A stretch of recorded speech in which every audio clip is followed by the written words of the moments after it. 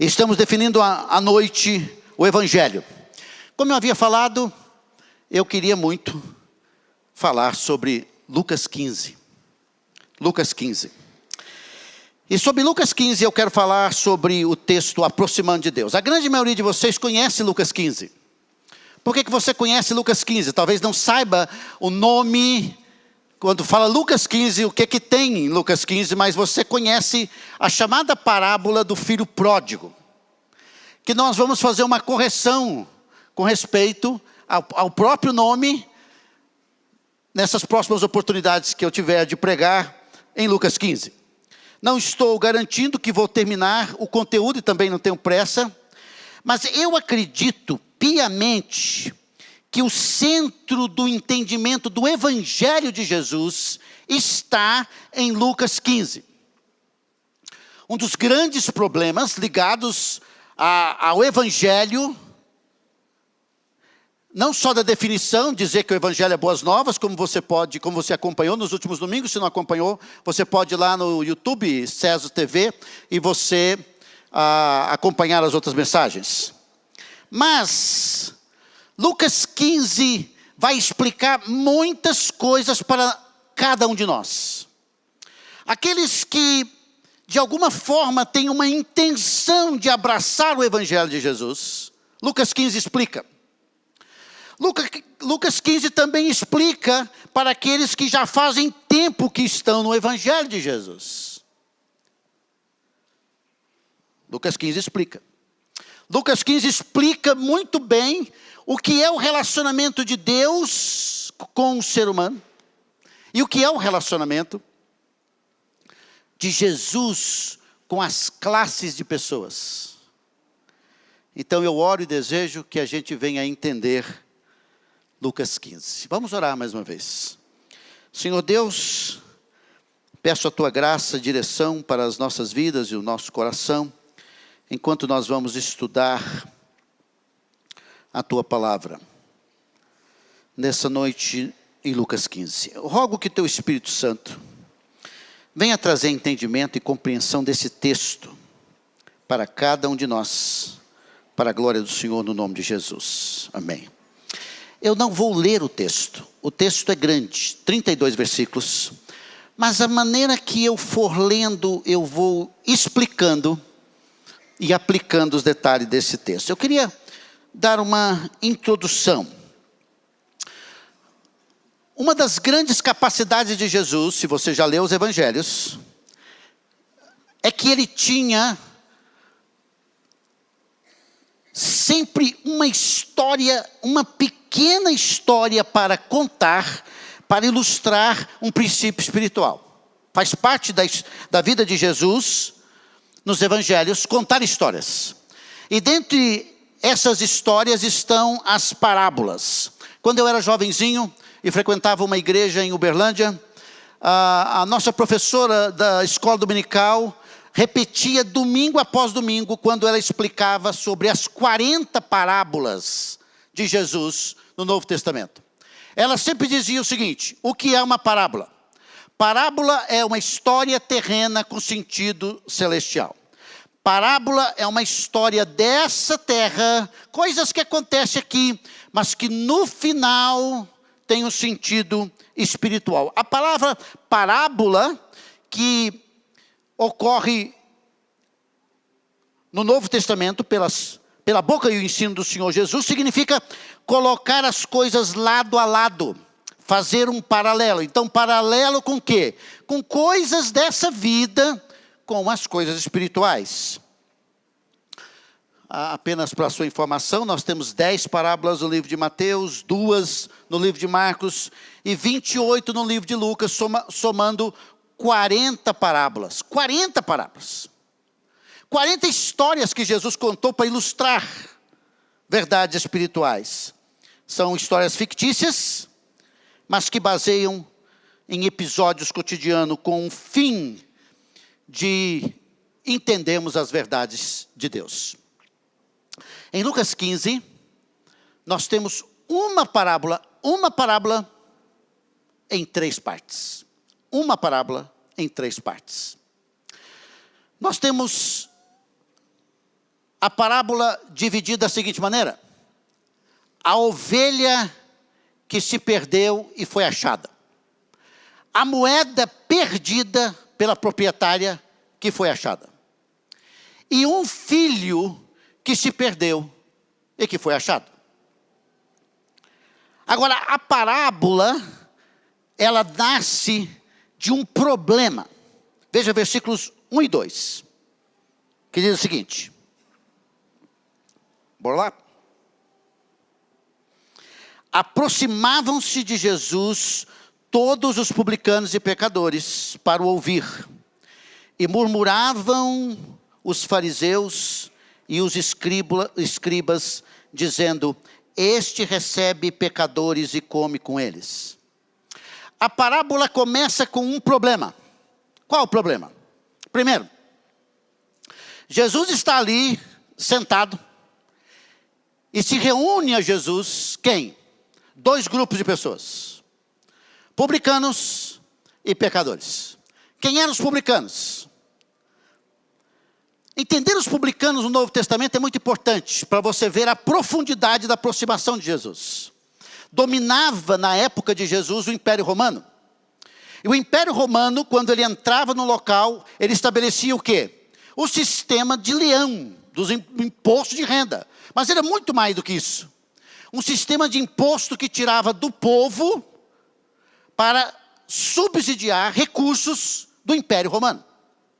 E para isso, o Império Romano contratava do povo esses coletores.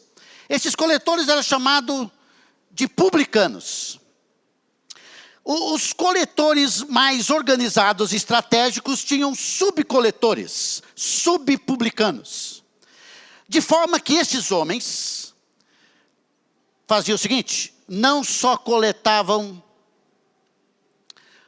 o sistema de dinheiro do povo para levar para Roma, mas eles coletavam a mais. Eles também ganhavam um percentual sobre os subpublicanos. E pior, esses publicanos eram judeus. Então o povo judeu tinha ódio desses publicanos. Dos discípulos de Jesus, em Mateus capítulo 9, nós temos um que era publicano, Mateus, chamado em Lucas de Levi. Eles eram odiados por quê? Porque eles exploravam o povo. Porque eles eram corruptos. Eles eram ladrões. Eles enganavam para poder ter dinheiro, status e poder. De alguma forma, havia algo normal entre eles, simplesmente trabalhar com um publicano. Mas eles iam adiante, usando do seu poder. Então eles eram odiados. E aonde que eles estavam? Sentados com Jesus. Isso aqui já nos choca um pouco. Nos choca. Porque alguns de nós, juntamente com esse outro grupo dos fariseus e escribas, jamais gostaríamos que Jesus estivesse nessa situação, envolvido com gente errada, envolvido não fazendo o que eles faziam, mas é porque a vida, o ensino de Jesus atraía essas pessoas. O segundo grupo são os pecadores. Pecadores aqui é uma palavra genérica para mostrar todo mundo que vivia em vícios. Vícios o quê? Vícios de fala, vícios de comportamento, vícios morais. Mas há algo a mais desse grupo aqui. Esse grupo de pecadores e publicanos, eles eram irreligiosos e também eles eram liberais. Eles tomavam o seu próprio caminho. E a Bíblia diz que esse grupo estava ali sentado para ouvir Jesus. O texto começa assim. Lucas 15 é montado em cima de um Jesus que está com os pecadores. Um Jesus que sai fora do gueto religioso para ir atrás das pessoas que realmente precisam. Alguma coisa chocante? Não. Porque em Mateus 9, quando Jesus passa pela coletoria, que era normal, e ele chama Mateus para segui-lo, o que acontece? Ele larga tudo e segue Jesus, e ele dá uma festa na sua casa e convida quem? Quem é que ele conhecia? Ele conhecia publicanos e pecadores. E o que ele fez? Ele convidou. E eles vieram. E quando eles estavam ali comendo, um grupo chegou. E disse assim, é verdade que o seu mestre come com publicanos e pecadores? Jesus se levanta e diz, eu não vim para os sãos, porque os sãos não precisam de médico. Eu vim para os doentes. Eu vim para os doentes. Eu vim para os doentes. Quem são os doentes? Pecadores. Há muitas implicações aqui. Vamos ficar só por aqui, por enquanto. A segunda parte do problema está no versículo 2. Quando diz, e murmuravam os fariseus e os escribas, dizendo que este Jesus recebe pecadores e come com eles. Então nós vamos definir quem são os fariseus. Os fariseus é um grupo que se levantou no pós-exílio, e esse grupo se levantou bem. Quando eles se levantaram, eles tinham como objetivo voltar à palavra de Deus, voltar à verdade de Deus e ensinar o povo, para que o povo pudesse viver de forma diferente. O que aconteceu com os fariseus na história? O que aconteceu com os fariseus é que eles assumiram a identidade de gostar mais daqueles que ensinavam sobre as verdades do Antigo Testamento do que o próprio Antigo Testamento. E eles viraram uma classe fria, seca, desconectada do povo, ainda que tentasse dar um padrão espiritual para o povo. Eles se tornaram o quê? Críticos. Se tornaram o quê? Julgadores. Como o texto aponta. Eles estão assim indignados que Jesus viesse comer. Com quem? Com estes publicanos e pecadores. Eles já tinham passado esse problema quando Jesus reuniu com Mateus e os seus colegas. Em Lucas 19, eles também vão enfatizar quando Jesus entra na casa de Zaqueu, que é um publicano. E eles repetem, ele come com eles. Quem eram os escribas? Os escribas eram mais ou menos como eu estou fazendo agora. Já faz um tempo que eu estou escrevendo a Bíblia. Presta atenção, não é escrevendo a Bíblia para colocar a Bíblia nova. Não, estou escrevendo a que tem. Eu estou praticando a escrita. O escriba era o copista. Ele escrevia os textos da lei. Eles eram criteriosos nisso. Eles eram chamados de doutores da lei. Se alguém tivesse alguma pergunta sobre a lei, eles respondiam. Quem é que temos aqui? Uma classe religiosa. Uma classe religiosa que se vê acima dos outros e julga. Então qual é o problema que nós temos antes de entrar nas parábolas? Primeiro, nós temos 3 pessoas que representam 3 grupos de pessoas. O primeiro grupo está relacionado na pessoa de Jesus. Ele é fora desses 2 outros grupos. Jesus é Deus que se tornou homem, que é a manifestação do amor de Deus, da graça de Deus, da bondade de Deus aos pecadores. Ele diz em João 10:10, eu vim para que tenham vida e vida em abundante. Em Lucas 19, Jesus diz que o Filho do Homem veio buscar e salvar o perdido. Se ele veio buscar e salvar o perdido, o que ele está fazendo? Ele está no lugar certo, fazendo o que Deus quer. Buscando o quê? Pecadores. Quem é que está comendo com Jesus? Quem é que está ouvindo Jesus? Pecadores. Segundo lugar, nós temos o segundo grupo. Quem? Os pecadores. Os publicanos. Que representam quem? Representam o mundo todo. Pecador.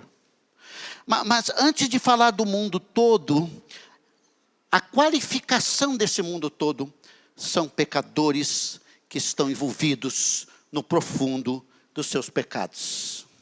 São pecadores que não negam que pecam. São pecadores que entendem quando olham para si, quando olham para o seu coração, quando olham para o que estão fazendo, diz assim: eu sou pecador. Esse é o grupo de pessoas. Uma parte desse grupo seguia Jesus. Esses publicanos e pecadores, a exemplo, no Novo Testamento, está em Lucas 18. Quando diz que um publicano e um fariseu foram ao templo para orar. Diz que o publicano lá, e era judeu, porque não entraria no templo se não fosse judeu. Diz que ele batia no seu coração, totalmente quebrantado, dizendo: tem misericórdia de mim, ó Deus, sou um pecador. Hoje pela manhã, pastor Denis trouxe uma mensagem muito clara no Salmo 51, quando Davi vê o seu pecado. Quando Davi enxerga a realidade dos seus pecados. E nessa noite eu não quero que você saia daqui enganado de que Jesus veio para os pecadores. Pastor, eu entrei aqui hoje à noite, ninguém sabe da minha vida. Ninguém sabe. Mas Deus sabe. Mas eu vim aqui hoje à noite, pastor, porque eu preciso de uma palavra de esperança, porque eu tenho feito, pensado, intencionado e falado coisas que desagradam a Deus. Esses dias no Bom Dia, eu citei aqui, mas eu quero citar a outra parte. Eu falei aqui sobre o Fábio, aquele rapaz que entrou em contato com a Larissa e depois eu vim falar com ele, que queria suicidar e que, conversando com ele, nós fomos tirando da cabeça dele, fui tirando da cabeça dele pela graça de Deus, até que ele abriu o tambor, jogou as balas. E ele me mandou uma mensagem essa semana, dizendo assim, dizendo da luta dele como pecador, dizendo das suas fraquezas. E eu disse para ele assim: você é um candidato, Fábio, a abraçar a fé.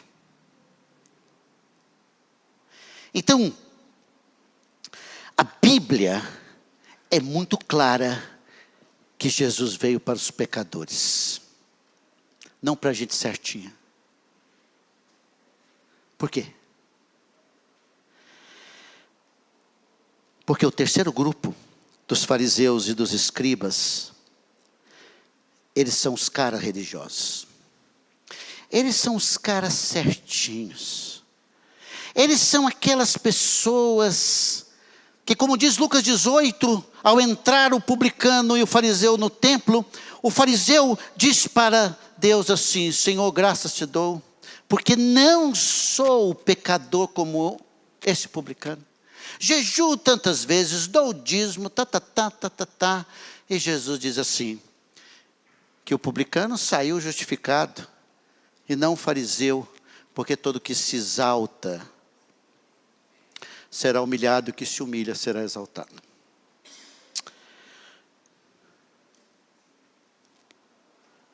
Interessante que quando nós chegamos a Jesus pelo viés da realidade, do reconhecimento dos nossos pecados, do que temos feito. Mas no decorrer da nossa caminhada, nós temos a tendência de fazer o quê?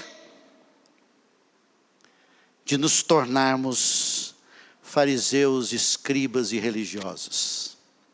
O que nós fazemos? Nós chegamos nesse auditório. Nós sentamos aqui. Nós ouvimos. Nós temos prazer nessas coisas. E nós ficamos fora da realidade do mundo, fazendo o quê? Julgando. Fazendo o quê? Dizendo assim, como é que é? Hoje pela manhã avisei aqui a igreja que nosso projeto em Goianira, 3 jovens foram assassinados essa semana. Não do nosso projeto. Mas eu quero dizer que se nós não estivermos trabalhando com crianças e adolescentes, eles serão assassinados.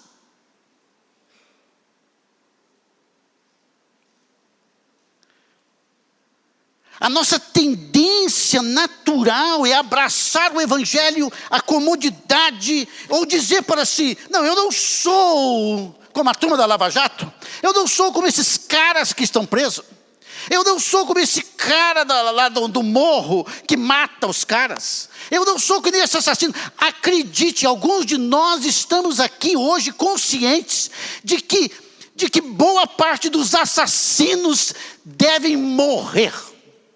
Na cadeia, assassinado. Uau! Porque nós de alguma forma não achamos que o evangelho é tão poderoso para nós que não é para o pecador. Que não é para o imoral, que não é para o drogado, que não é para o cara de rua. Recebi essa semana mais uma vez a revista da Missão Vida, contando como é que eles continuam entrando nas ruas do Brasil para alcançar pessoas. A Missão Vida faz o que a igreja deveria fazer. Agora, quando você olha para Jesus, aonde Jesus está indo? Jesus vai para a mulher samaritana, encontra com a mulher samaritana. A mulher samaritana era uma prostituta, uma imoral. Jesus vai a quem? Jesus vai para os párias sexuais. E busca agir e alcançá-los. Jesus em Lucas 5, uma mulher pecadora, chora aos seus pés. Jesus a recebe. Em João capítulo 8, uma mulher é acusada por esse grupo, porque ela adulterou. E os caras que são religiosos não têm dó não. Os caras que são religiosos, eles não têm dó. Eles batem. Eles querem matar. Eles pegam a lei. Eles pegam a Bíblia. Em nome da Bíblia fazem atrocidades. Mas Jesus está lá dizendo, mulher, onde é que estão os seus acusadores? Ela diz, ninguém me acusou, Senhor. Ele diz, eu também não te acuso. Vai e não peques mais. João capítulo 1 diz que Jesus veio, quando ele veio, ele era cheio de 2 coisas. Graça e verdade. Graça que perdoa e verdade que confronta. Graça que consola e verdade que confronta, mas não verdade que machuca. Então, Lucas 15 é muito mais profundo, porque Lucas 15 faz-nos ver que há 2 grupos de pessoas. Em primeiro lugar, os relativistas, que eu vou pegar na minha vida, vou fazer dela o que eu quero, assim, tenho um temor a Deus, mas na verdade assim, deixa eu viver a minha vida sem Deus. E tem um religioso, que diz, não, eu não preciso muito de Deus. Na verdade, para que eu possa ter Deus, eu vou obedecer, fazer tudo o que é certo, coloco Deus num canto e diz, o Senhor tem que me abençoar, porque eu sou obediente. Quanto que o evangelho é totalmente diferente. O evangelho não é liberal. Não é relativista. Faça o que você quiser e Deus te ama. Não, o evangelho não é isso. O evangelho não é a visão do relativista que olha para o religioso e diz assim, essa turma aí, ó. Essa turma aí não serve para nada. Não estou envolvido com as coisas de Deus por causa dessa turma. O relativista faz assim. Eu não gosto desses críticos. O religioso diz assim, nós estamos dentro e esses caras estão fora. Porque eles não obedecem às regras. O evangelho é diferente, queridos. O evangelho vê todos perdidos. O evangelho chama o orgulhoso para que se arrependa e seja humilde. O evangelho chama aquele que confia em si para confiar em Deus. O evangelho diz assim, largue o controle da sua vida, deixa que Deus controle. Esse é o problema do texto. Agora, a parábola. Nós temos 3 conteúdos da parábola. Em primeiro lugar, nós temos o conteúdo da ovelha. Veja o texto, versículo 3 e 4. Quando Jesus ouve, mais uma vez, que ele come com pecadores, Jesus então diz assim, então lhe propôs Jesus esta parábola, e esta parábola tem 3 partes. A primeira, versículo 4. Qual dentre vós é o homem que possuindo 100 ovelhas e perdendo uma delas, não deixa no deserto as 99 e vai em busca da que se perdeu até encontrá-la? Não preciso nem explicar para vocês que o mundo da Bíblia é um mundo rural, um mundo em que lidar com ovelhas é algo normal e simples. Então este homem tem 100 ovelhas, perde uma e vai atrás. Jesus não está falando aqui de igreja, não está falando de pastor, que tem um rebanho que tem 100 ovelhas, que o cara foi embora, sei lá por quê, e o pastor vai atrás dela. Não é isso, o texto não está falando nada disso.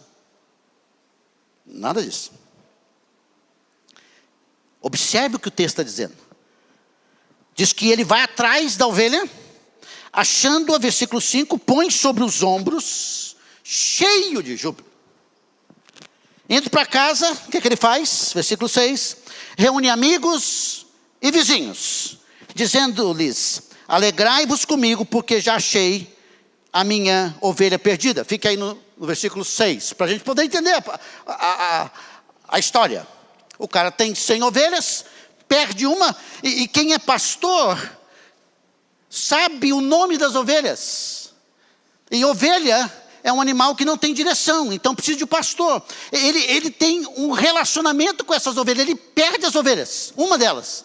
Ele tem um valor emocional, sentimental, familiar para ele. Ele não trata como qualquer tipo de animal. Não, ele é pastor, ele cuida dessa ovelha. Ele acha e ele fica alegre e ele quer... Ele faz uma festa. Aí Jesus aplica, dizendo assim, digo-vos que assim haverá o que? Maior júbilo no céu por um pecador que se arrepende do que por 99 justos que não necessitam de arrependimento. Ele aplicou. Então, por que sabemos que as ovelhas aqui não é a igreja? Porque ele chama aquelas ovelhas de pecadores. As 99 estão no curral, sob o cuidado do pastor. Uma se perdeu. E Jesus diz assim é um pecador que se arrependeu. Ele se arrependeu dos seus pecados. Ele ouviu a voz do bom pastor. Ele entendeu. Ele se arrependeu. E onde que é o júbilo? No céu. Até aqui. Mas tem a moeda. Versículo 8. Ou qual é a mulher que tendo 10 dracmas. Se perder uma, não acende a candeia, varre a casa e procura diligentemente até encontrá-la. A candeia é a lamparina. Ela perdeu aquela moeda. Alguns acreditam que fazia parte de um sistema de colar. Mas versículo 9, tendo achado, ela perdeu. Ela reúne as amigas depois de achado, as vizinhas, dizendo: alegrai-vos comigo, porque achei a dracma que eu tinha perdido. Um é o pastor masculino, homem, que perde as ovelhas. É fora do ambiente do lar. Outro é dentro do lar. Uma mulher que perde algo precioso para ela, que ela encontra, reúne as amigas e as vizinhas. Isso faz parte da realidade oriental. Se alegram. Versículo 10. Eu vos afirmo, Jesus diz, de igual modo, há júbilo diante dos anjos de Deus por um pecador que se arrepende. Veja o conteúdo da palavra, da parábola. Há algo perdido. Algo perdido que foi procurado. Há algo perdido que foi achado. Há algo que foi achado e foi alvo de reunir os amigos para comemorar com muita alegria. Agora vamos colocar o versículo 7 e o versículo 10 juntos. Vamos ler novamente e deixe-me explicar e aplicar. Na ovelha perdida, Jesus, digo-vos, porém, que haverá, número 1, maior júbilo no céu por um pecador que se arrepende. Quando é que o indivíduo se tornou pecador e como ovelha ele se desviou? Ele fez isso em Gênesis 3, em Adão. Isaías 53 diz que Jesus veio porque todos nós estamos desgarrados como ovelha. E Jesus veio ao mundo para quê? Como o pastor de João 10, eu sou o bom pastor, para ir atrás dos pecadores e resgatar o pecador para Deus. Quando o pecador vem para Deus, há um júbilo no céu. Há uma alegria. Os ex-batistas, sabe, porque cantamos muito.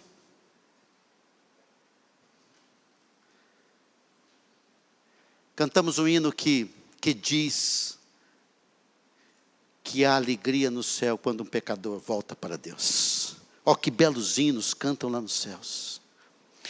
O que me choca nesse texto, que eu quero que você preste atenção,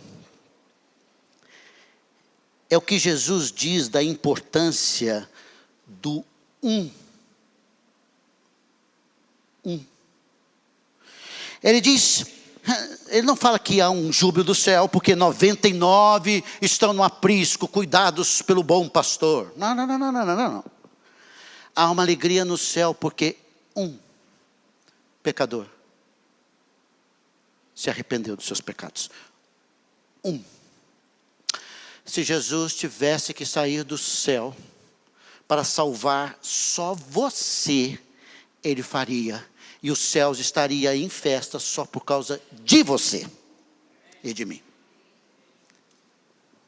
Ele diz, que se arrepende, do que por 99 justos que não necessitam de arrependimento. Jesus está dizendo assim, amigos religiosos, eu estou sentado com esses pecadores aqui, porque eu sou o bom pastor, que veio salvar a esses. E o céu se alegra por causa deles que se arrependem. O céu não se alegra simplesmente porque nós reunimos como 99 juntos e adoramos a Deus. Mas há mais. Versículo 10 ele repete com uma outra nuance. Eu vos afirmo que de igual modo há júbilo diante dos anjos de Deus por um pecador que se arrepende. No versículo 7, volta para mim por favor. Ele diz, do que por 99 justos que não necessitam de arrependimento. Porque existe a possibilidade de nós termos ouvido o que o pastor Denis pregou hoje pela manhã, e ninguém saiu daqui arrependido, saiu daqui quebrantado, saiu daqui confessando seus pecados. Porque quanto mais o tempo passa na minha vida cristã, mais eu vou ficando com cara de fariseu, mais eu vou ficando com cara de escriba. Como é que você sabe que você ficou com cara de escriba e fariseu? Número 1, você não está preocupado com o perdido, como Jesus está. Você quer ver? Qual foi a última vez que você orou para que uma pessoa, um amigo, um familiar, um conhecido viesse a Jesus? Qual foi a última vez que intencionalmente você fez algo para que as pessoas pudessem encontrar-se com Cristo? Talvez esteja me ouvindo, o Alberto vai estar aqui semana que vem. Alberto vai sair de São José dos Campos. Nós nos conhecemos há mais de 20 anos. E ele vem aqui domingo que vem para ser batizado.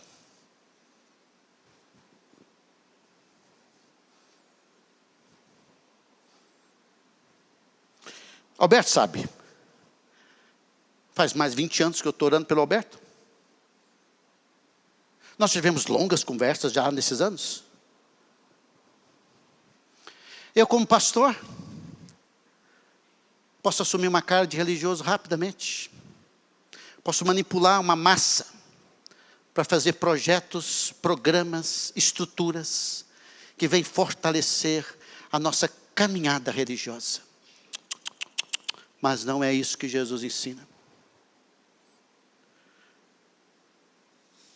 Você sabe que se você está com cara de religioso, quando você não tem nenhuma preocupação mais com as pessoas que não conhecem a Cristo. Você gosta do gueto cristão. Estar ali, ficar ali. Esse meu pequeno grupo. Agora nós sempre estamos falando aqui para abrir um espaço para alguém chegar lá. Porque quando chega alguém que não conhece a Cristo, você tem que mudar o seu linguajar. Linguajar que eu digo é que você não fica com glória. Os cristãos têm assim um linguajar próprio. Quando eu falo glória, aleluia, Deus abençoe, bênção, o cara fala, o que é isso? Tem uma música que cantava assim, ele vem, e há fogo nele, o seu cabelo é como lã. O cara chega aqui na igreja e pensa, gente, o que está acontecendo? Eu não entendo o linguajar.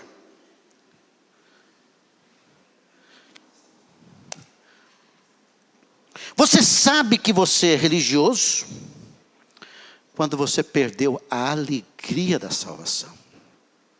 Queridos, a alegria da salvação. Se você acha que você todos os dias, lendo a Bíblia, todo dia, você vai ter a alegria da salvação, só por ler a Bíblia, você não vai. Onde nós perdemos a alegria que a vida cristã dá.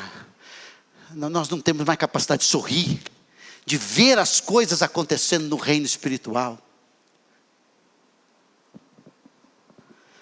Nós não jubilamos, nos alegramos com as pessoas que se arrependem. Em terceiro lugar, nós vamos ficando com cara de religioso quando nós passamos a ter um espírito crítico. Ele come com pecadores. E às vezes crítico até mesmo dentro da nossa caminhada em Cristo. Eu não quero que você vá a Goianira simplesmente porque eu falo para você ir. Não quero que você leia a Bíblia porque eu estou falando para você fazer. Não quero que você contribua porque você fica constrangido. Quero que você venha aqui e fale para as pessoas assim, a internet não é que nenhum culto. E não é mesmo. Na verdade, a questão não é montar uma regra nova e bonita para você seguir. A questão última é você ter o seu coração moldado pelo coração de Jesus.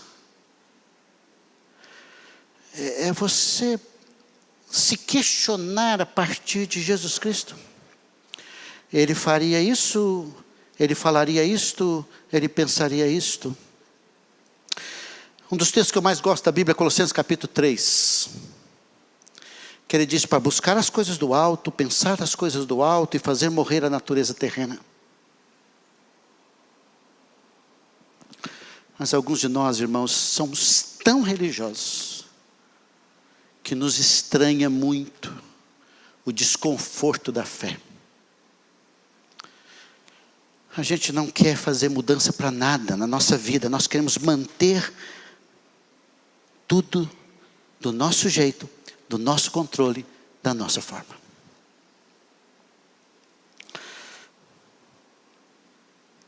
Então, antes de nós falarmos do Evangelho, nós precisamos parar e perguntar: eu entendo mesmo o Evangelho?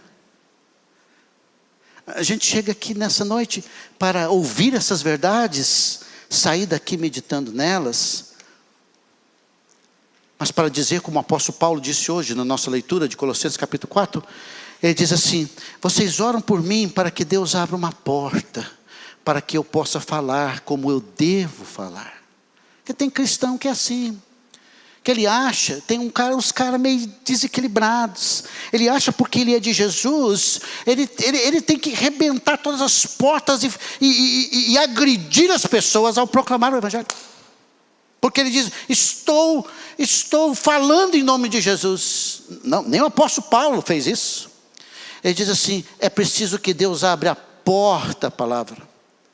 É que Deus prepare o coração de pessoas. A gente precisa viver assim, quem é de Jesus. Quem é de Jesus precisa viver como Jesus. Nós precisamos parar e pensar: puxa vida, eu preciso ter a alegria do céu, porque um pecador se converteu. Antes de terminar essa mensagem, que eu quero continuar sobre o filho pródigo, é chamado filho pródigo, mas nós vamos entender um pouco mais. Mas você está aqui hoje à noite,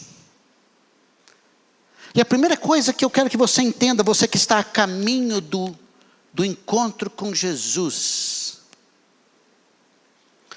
que todos os dias e domingos que você vier aqui, nós queremos ajudar você a ouvir de Jesus, a ouvir que Jesus está a sua esperança, que em Jesus está o que você precisa. Independente de quanto você pecou, independente do que você já errou na vida, independente de como você vive. O nosso Jesus não é liberal, vai que vai dar tudo certo. Não. Jesus está pronto a se reunir com publicanos e pecadores. Talvez eles não se arrependam, mas Ele está pronto para ouvir e dizer: a esperança para você, se você vier para mim. Sua vida vai mudar. Se você largar aquilo que você está segurando, porque o que é o pecado? A gente pensa que o pecado é também tudo que transgride a lei, porque é mesmo. Mas o pecado ele é muito mais sutil. Pecados são aquelas coisas que nós seguramos e dizemos: isso aqui é o centro da minha vida. E o centro da vida é a idolatria. E o que é idolatria é pecado. Então, qual é a chamada de Deus para todos nós? É que você abandone o que você está segurando, achando que isso é a sua vida. Achando que isso é a sua vida. Há pecadores da classe alta. Há pecadores da classe média. Há pecadores da classe baixa. Alguns de nós não estamos numa prisão. Alguns de nós estamos presos na nossa mente e consciência. Alguns de nós estamos escondendo coisas, não do governo, não do cônjuge, não dos filhos, não da sociedade, mas tentando esconder coisas de nós mesmos. Termino dizendo, alguns publicanos e pecadores ouviram Jesus, gostavam dele, mas não mudaram em nada. Mas eu vou pedir para colocar Lucas 19 para mim, e eu quero terminar com esse texto desse publicano, Zaqueu. Observe o texto. Entrando em Jericó, atravessava Jesus a cidade. Versículo 2. Eis que um homem chamado Zaqueu, maioral dos publicanos e rico, ele era o top, o cara era rico, vamos saber por que ele era rico, procurava ver quem era Jesus, porque Jesus é famoso. Versículo 3 diz, mas não podia por causa da multidão e por ser ele de pequena estatura. Então, correndo adiante, subiu a um sicômoro, uma árvore, a fim de vê-lo. Parece engraçado. Imagina ele com seus amigos dizendo assim, faz uma escadinha aí. Faz uma escadinha para eu subir. Imagina o cara com um terno Pierre Cardin, mini Pierre Cardin, né? Lá subindo, queria ver Jesus. Quando Jesus chegou àquele lugar, olhando para cima, disse, Zaqueu, desce depressa, pois me convém ficar hoje em tua casa. Agora você imagina, Zaqueu ali, olhando, e de repente Jesus vem chegando perto dele com aquela multidão. Só para esclarecer, porque tem uma música que diz, né, que fica na minha casa, né? Mas quem falou foi Jesus, não foi Zaqueu. O que aconteceu? Versículo 6, ele desceu a toda pressa e o recebeu com alegria. Alegria. Recebeu Jesus.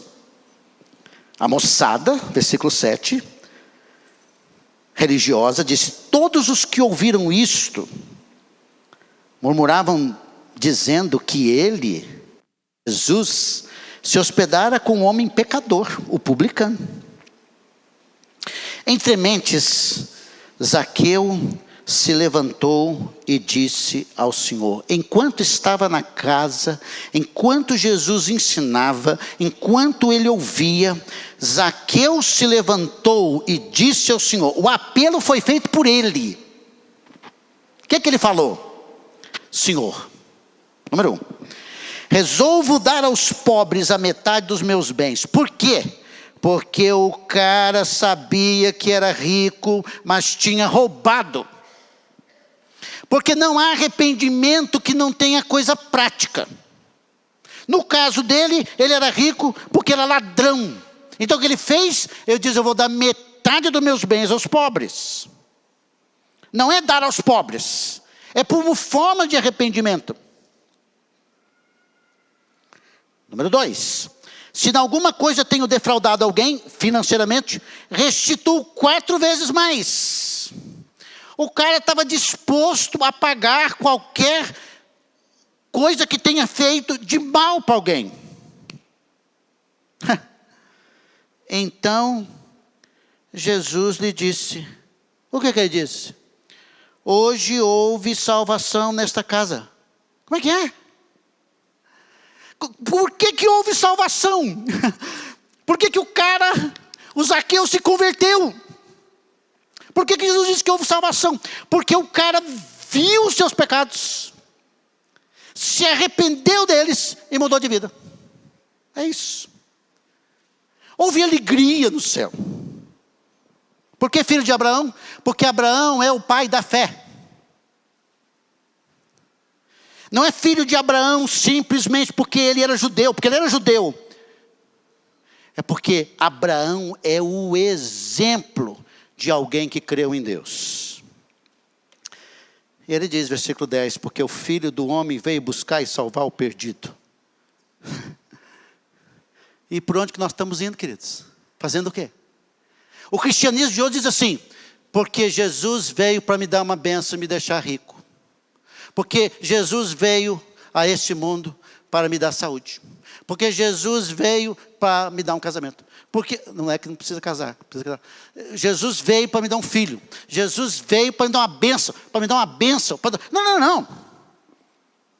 Porque o Filho do Homem veio buscar e salvar o perdido. E eu que me digo de Jesus, o Roberto veio a esse mundo depois de convertido para buscar e salvar o perdido. Essa igreja veio para fazer o quê? Para buscar e salvar o perdido. Um espaço que Deus vai nos dar, para quê? Para buscar e salvar o perdido. Que perdido? Os Zaqueus e tantos outros. Talvez vamos realmente vermos muitos Zaqueus, espero que sim. Talvez vamos ver alguns José de Arimateia e alguns Nicodemos. Desse grupo todo, só Nicodemos veio a Cristo. Mas Jesus veio salvar e buscar o perdido. Vamos abaixar nossas cabeças. Vou chamar as meninas aqui à frente. Elas vão cantar. Enquanto elas vão cantar, nós vamos orar.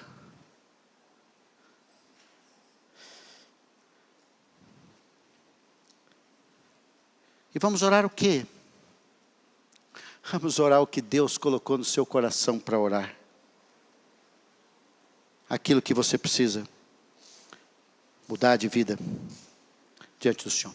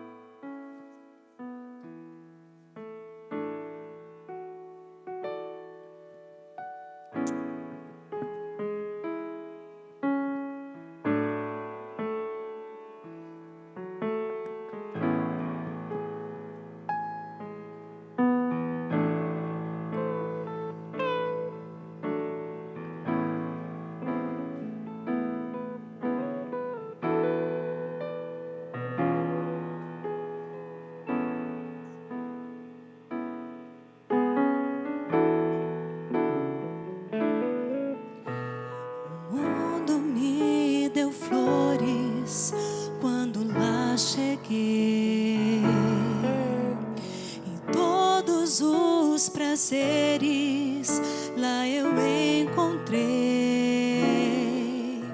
Não pude ver os laços e quantos embaraços me esperavam,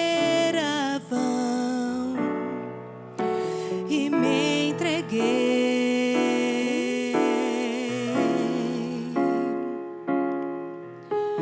Um dia eu acordei sem paz, meu coração jogado à própria sorte e à solidão, lembrando do meu pai e a dor no seu olhar quando eu parti, e resolvi voltar aos seus pés, me humilhar, dizendo: Senhor,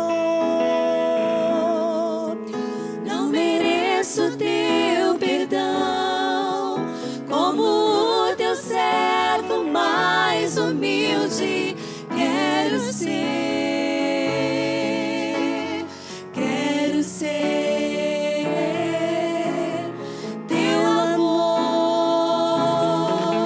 Só agora percebi que a riqueza que de todas mais preciso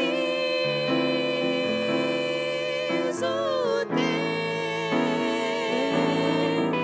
Com ternura me abraçou, os meus erros esqueceu, e em festa meu regresso anunciou.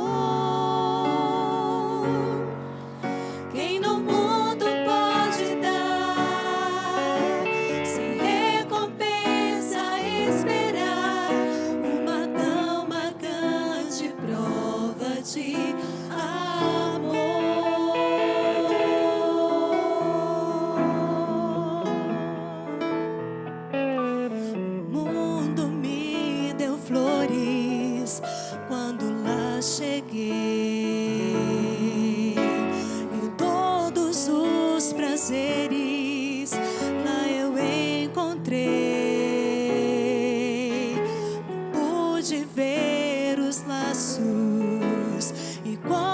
os embaraços me esperavam e me entreguei.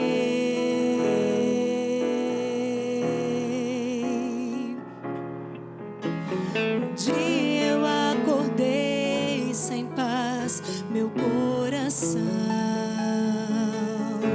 jogado à própria sorte e a solidão, lembrando do meu pai e a dor do seu olhar quando eu parti, e resolvi voltar aos seus pés, me humilhar, dizendo: Senhor, não mereço teu perdão, como o teu servo mais humilde quero ser, quero ser teu amor. Só agora percebi e a riqueza que de todas mais preciso ter. Com ternura me abraçou, os meus erros esqueceu, e em festa meu regresso anunciou. Quem no mundo pode dar sem recompensa esperar uma tão marcante prova de amor? Senhor, não mereço teu perdão, como o teu servo mais humilde quero ser, quero ser teu amor. Só agora percebi e a riqueza que de todas mais preciso ter. Com ternura me abraçou, os meus erros esqueceu, e em festa meu regresso anunciou. Quem no mundo pode dar sem recompensa esperar uma tão marcante prova de amor?